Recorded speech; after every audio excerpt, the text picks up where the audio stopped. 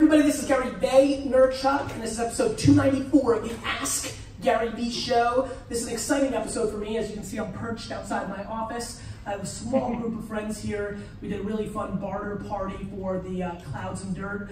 So I want to first, let's clap it up for each other.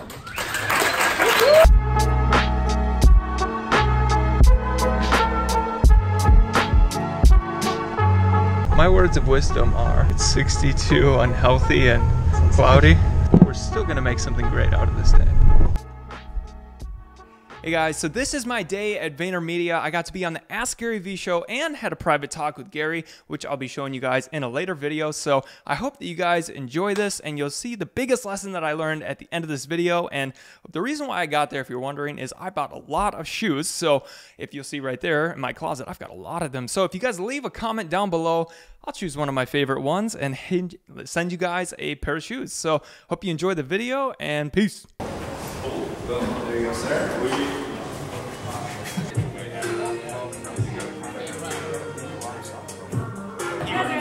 So it's like, okay, well, we would be crushing it. I mean, I'm not trying to maximize money. I'm trying to maximize impact. So, it's whatever. So, and that's the downfall, because there is so much information. Where do you find the gold information? Like, I would never know how to Google you. Not yet. Thank you.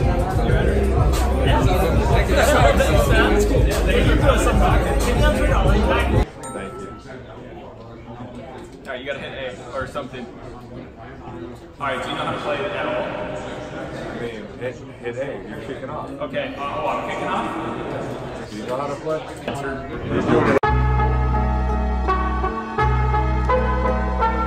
So my biggest ambitions are, number one, creating an environment, which I've been watching, but not as much as I want. I want to desperately make sure everybody here says hello to everybody, because I just think there's knowing enough about more than half of you, there's a 1 + 1 = 3 for a lot of you, and I just think that the remarkable thing that blows me away about events and things of that nature is how many people, even in an environment like this, where a lot of people are achieving a lot of cool things and are out there, we still, in social settings, don't go and say hello to people we don't know. So please, that's like my opening line. Number two, I'm really looking forward to my 5 minutes with everybody.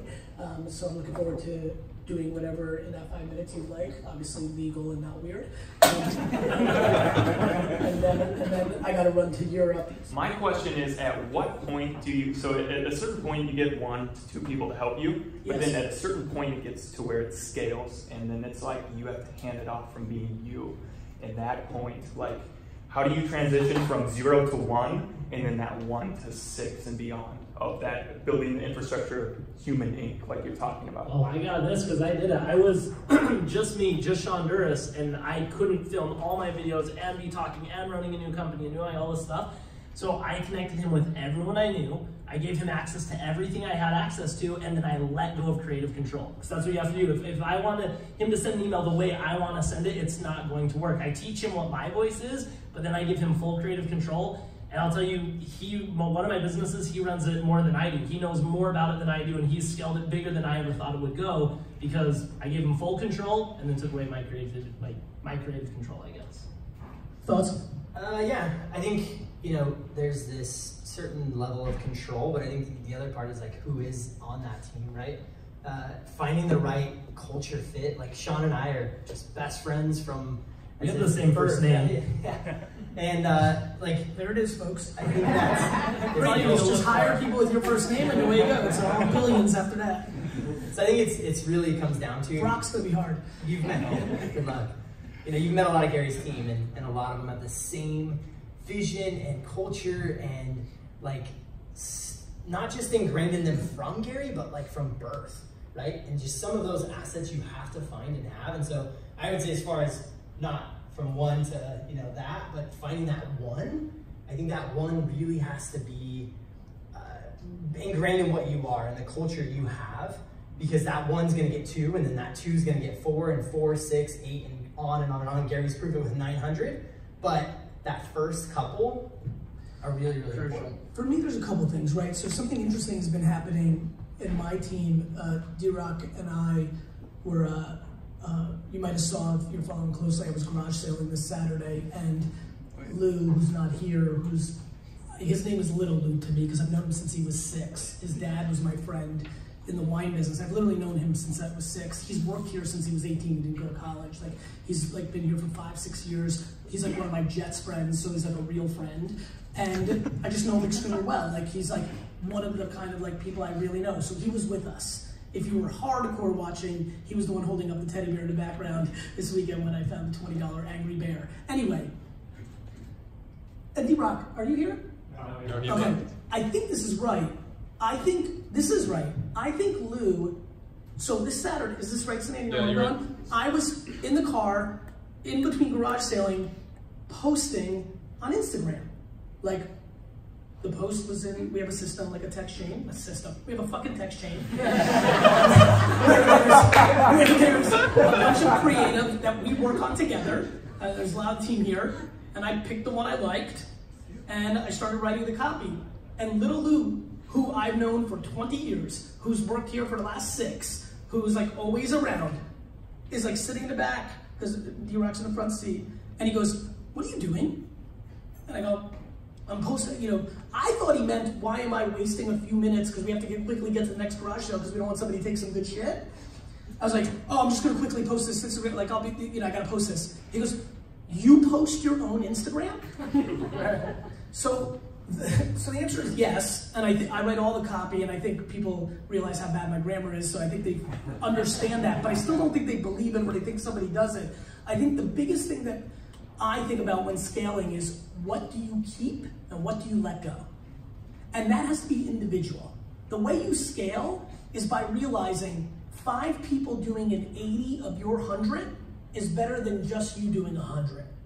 And so first and foremost, it starts with ambition.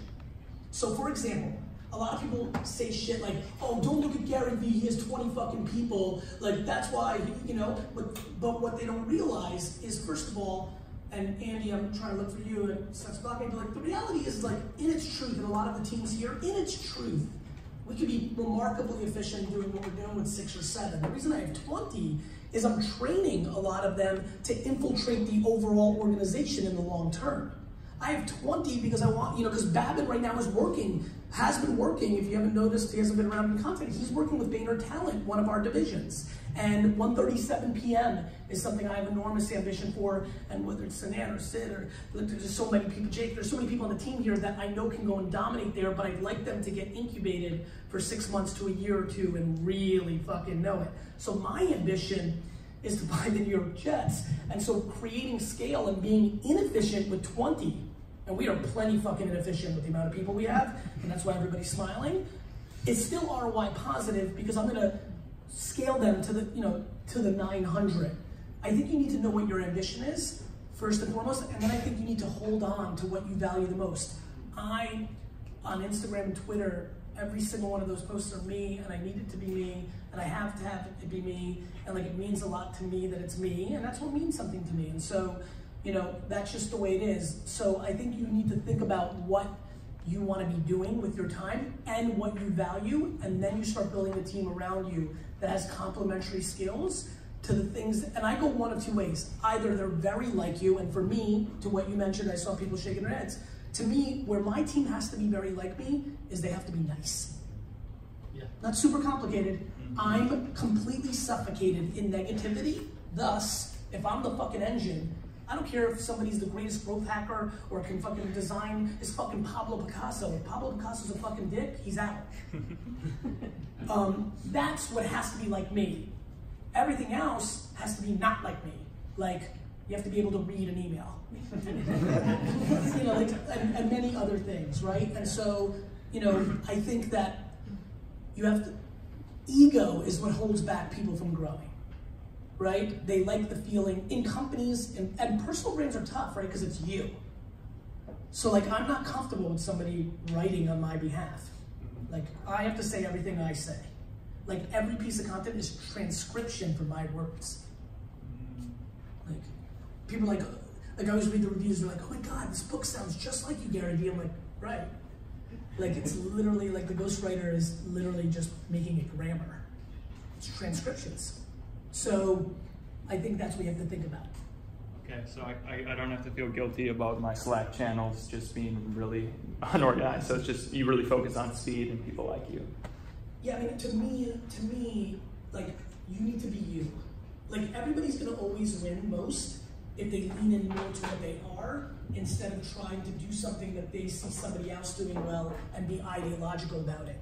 In art and sports, we've accepted that we're not LeBron or Beyonce, right? For some reason in entrepreneurship, we have this false feeling that we can be. We have not layered the talent card into the entrepreneurial creative land to the level that I think we need to. Like, everybody just thinks that they're gonna make $1 million business, that it's so easy, in a way that we don't with putting out a rap album or playing basketball. And that's a day of reckoning that needs to happen in this space to help everybody. For me, I'm only comfortable in chaos. Like, there's a report card hanging there in my office, you know, for a couple reasons. One, I just think it's hilarious, but more importantly, you know, I'm not going to be organized. That's not what I get paid to do. That's not who I am. I feel no bad about that whatsoever. I want to find people that are comfortable in their organization. And I'll tell you, Andy, who's my right hand and the guy, I've watched him not get less organized. I've watched him and everybody else on my team prioritize better, because they start off more organized, and then I systematically, in osmosis, take out of them to not focus on dumb shit. Even though they're the one in charge of the more, and they have to care more than I do. But no, I don't think you beat yourself. I mean, beating yourself up around your DNA is such a negative exercise. What you need to do is figure out what you naturally do best and quadruple down on that, and then build infrastructure around it. I genuinely believe that. The end. Thanks. That's why I love Q&A. That's why I struggle with some of the stuff I put out, because I hate that I can't have full context. That's why I love Q&A. I need the context. The best advice I give are the people I know the best. So my favorite part about the event wasn't actually talking to Gary or the meeting with him. It was all the other great people that were there. There's so many really like-minded great people, and that's what I love about networking in-person events. So yeah, we were out till like 4 a.m. because we had a 6 a.m. flight, just going and talking about business and all sorts of fun stuff. And Alan was feeding homeless people at 4 a.m. The biggest takeaway that I had from the event was that you got to give up creative control to people that you trust in pretty much everything, but you have to find the little areas that you want to truly hold on to. And that, for me, that's just doing stupid funny shit that not many people think is funny, but I think it's funny, so let's roll it. Yeah, so the day in New York's going pretty good. We just saw a Doge dogs. 2 of them. Yes! Oh my God!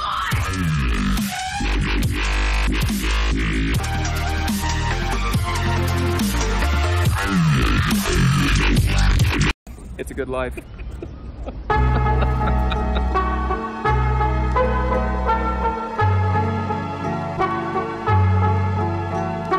Cool beans. Where's everyone going? With the party. Yeah, let's get a picture real quick. Where the party at? Really? Really? I drink once a year. Last time I drank was New Year's. It was a great way to leave a last impression. Thanks for watching, guys.